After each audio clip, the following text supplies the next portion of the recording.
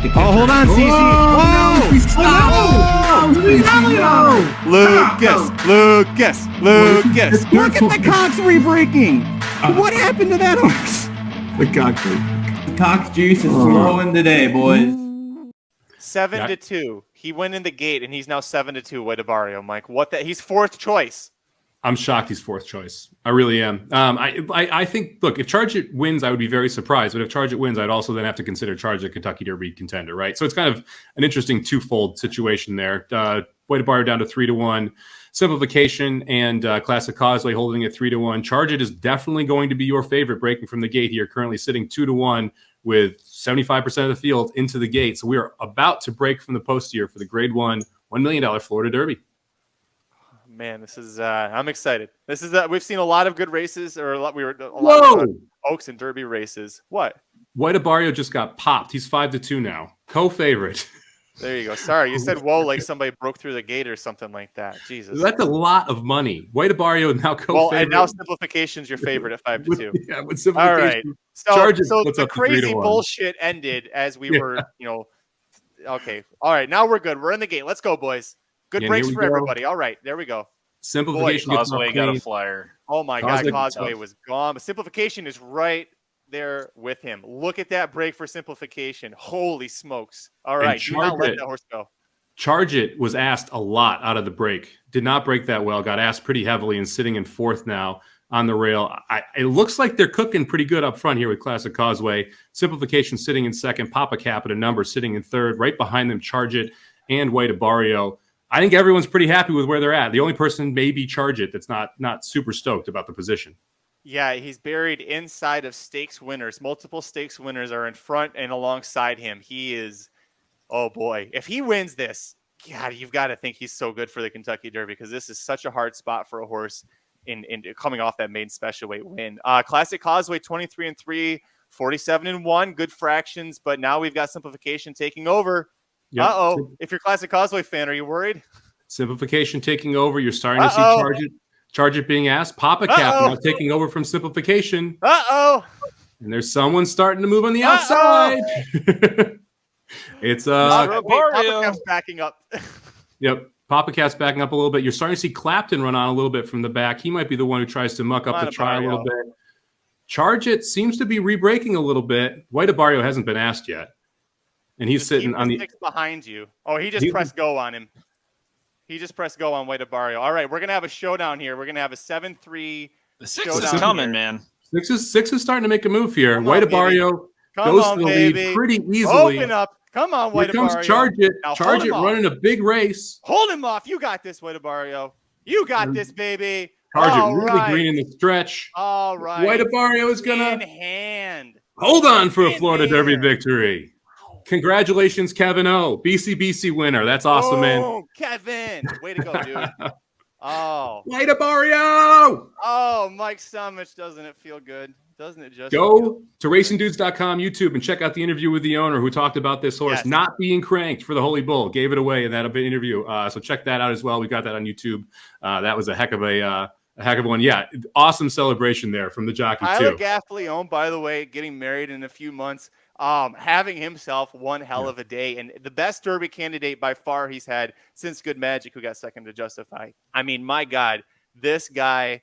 Look at it, and look at in the chat here. Dan Mason, White Abarrio, bet him heavy to win, got the pick 4. Bree got the pick 4. Kevin, there you are, buddy. Way to go. $10,000 fee, man. Oh, way to go. Okay. All right. So celebrations. Let's talk about it. Top 3 you see right there. Huge gap to Papa Cap, who's in 4th. Let's talk about what we saw here from the other horses. White Abarrio, very strong. Chargett all over the place in the stretch. I saw that from a couple people in the chat there. Still gets second, and first time going 2 turns, first time facing winners. Boys, this was, I thought, actually, the way he didn't give up and kept fighting, very impressive effort. JD, what did you think about it? Yeah, I think definitely impressive effort and what we kind of expected from White Abarrio. Big performance coming off of what we saw last time out. I think, one thing that can be said on Classic Causeway is already in the Derby field. As soon as, I don't think Classic Causeway, I don't think Irad ever asked this. As soon as the other horses passed, Irad's like, cool, we're done. So top 4 finishers plus Classic Causeway are all in the Derby. So we got 5 horses that will have enough points to be in the Derby from this race. I said 5, Mike. When I asked you, I said I think 5 horses are going to leave this race and go to the Kentucky Derby. Because Papa Cap had 14 coming in and gets 4th. That'll get enough to get him in the field. 24, yeah. All right, so first takeaway. Wow. Charge It was really impressive. Like I'll eat the crow because I said the Charge It was the one I didn't want. Charge It ran huge. He missed the break. He got caught inside. First time against winners. He was moving there. He was green in the stretch, weaving in and out. So Charge It, really good race. Really good race from Charge It. Got to give him credit. I think Simplification probably wished he didn't break so well. I think he might have been better off coming from the back because as soon as he got pressed by Papa Cap, he gave it up, dropped. Well, I shouldn't say that. He didn't drop the anchor, but ends up running third here, but clearly ran better coming from the back of the pack. White Abarrio, I mean, really nice performance from him. He was able to sit right outside the speed, able to make that move, get the job done.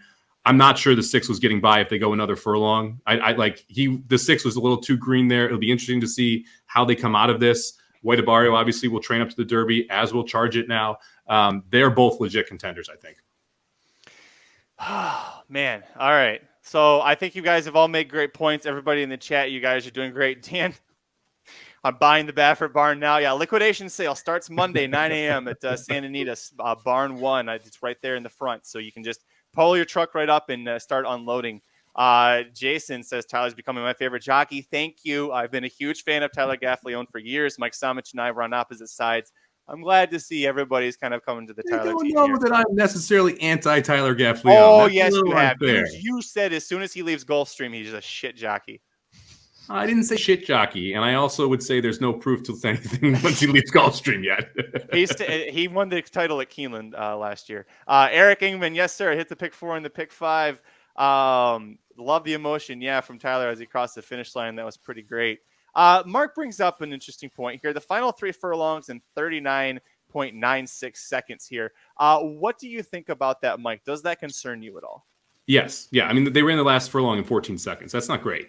And I think that's the fact of Charge It being green and White Abarrio being a little tired. I mean, just to be frank, because he was up close to that pace. So when you're looking at a Derby perspective, that definitely concerns you because if they go that slow, you got to start worrying about someone else who's making up ground late. Now we'll see what this never comes back. I mean, obviously, I'm going to want to watch replay a couple times and make a decision from there. But generally, you don't want to see a 14-second final furlong, especially when one of the main metrics going in the Kentucky Derby is how fast did you go your final half mile in your prep, because that's a great metric to predict a Kentucky Derby winner. Beta myth episode 50% off. Bree, gonna be a white Derby. Listen, when's the last time? I actually don't know. When's the last time a white horse won the Kentucky Derby? Should I buy a white suit for the Kentucky Derby? I think so. And you got to have an orange and blue. The little. What's the little? Any white suit must come with a top hat and a cane. So you better not let us down, Mike. Yes. I have an orange tie for my wedding because I wore an orange tie for the wedding. So I could rock an all-white suit with an orange tie and a white top hat. Did you see this, by the way, from Kevin? That trainer's interview that you did, Mike? Put him on White Abarrio. So listen, Kevin, what that means is that now you need to share some of the BC love with Mike. That's half that seat is now his as well. It means we can high-five each other when we run 1-2 in it. I already got my seat. There we go. Calling the whole way around, even though we got floated 4 wide around the first turn. Listen, the White Abarrio I thought looked pretty solid. Let's go with what Dan said, though. This will be our final talk about the Florida Derby. Did we see the Kentucky Derby winner in this race? Mike Somich, you've been White Abarrio's biggest supporter other than Mark Cornett with C2 Racing Stable for months. Is he the Derby winner, or did we not see the Derby winner here? He is still ranked number 1 in my Derby rankings. If I bet the Derby right now, it'd still be White Abarrio. That's a lie. I flipped Epicenter on top. Man, actually, God, the Magic Mike team is so damn good. Oh, we're so good this year. And we have Doppelganger in the Arkansas Derby. We're gonna go 3 for 3, baby. Let's do it. To me, White Abarrio and Epicenter right now are 1A and 1B. I think they have the right style to win, and you're gonna have a ton of pace. And both of them can stalk and pounce. They are close enough to make their own trip. That's again what White Abarrio did. He used his tactical speed to make his own trip here. I'm White Abarrio and Epicenter in my 1-2 right now. JD? My top selection for the Derby is in the quarantine barn right now at Churchill. Crown God, I Pride. knew you were going to say Crown Pride. Listen, one of these times, the way the Japanese are running, one of these times when JD comes on a Racing Dude show and picks a Japanese horse, it might actually work. We'll figure. One of these times, be right. We got to get him the white jacket with just a big red circle in the back. So many things wrong with that. I'm Epicenter. This actually made me feel even better about Epicenter. And I know White Abarrio is going to be second off the layoff for the Kentucky Derby, but Epicenter to me has just looked so push button every step of the way. I'm like, this is great. But White Abarrio did nothing wrong. If we go Epicenter, White Abarrio 1-2 in the Kentucky Derby, Mike, I think you and I are going to be pretty happy with that result. Yeah, I would be just fine if that's how we end this season. All right. That's going to end this for the Florida Derby coverage. If you're watching the live stream, keep watching. We've got a little bit more to talk about. But if you're watching the replay, thanks so much for joining us. Hit like if you like the video. Subscribe if you really like it. Head over to racenews.com for free picks and analysis from every race, every track across the country. And we'll see you at the track. This has been a presentation of RacingDudes.com, your destination for all things horse racing and sports betting. Whether you want free winners, expert insider picks, up-to-the-minute trackside weather reports, or podcasts and videos for bettors of all skill levels. Never make another wager without visiting the Racing Dudes. First,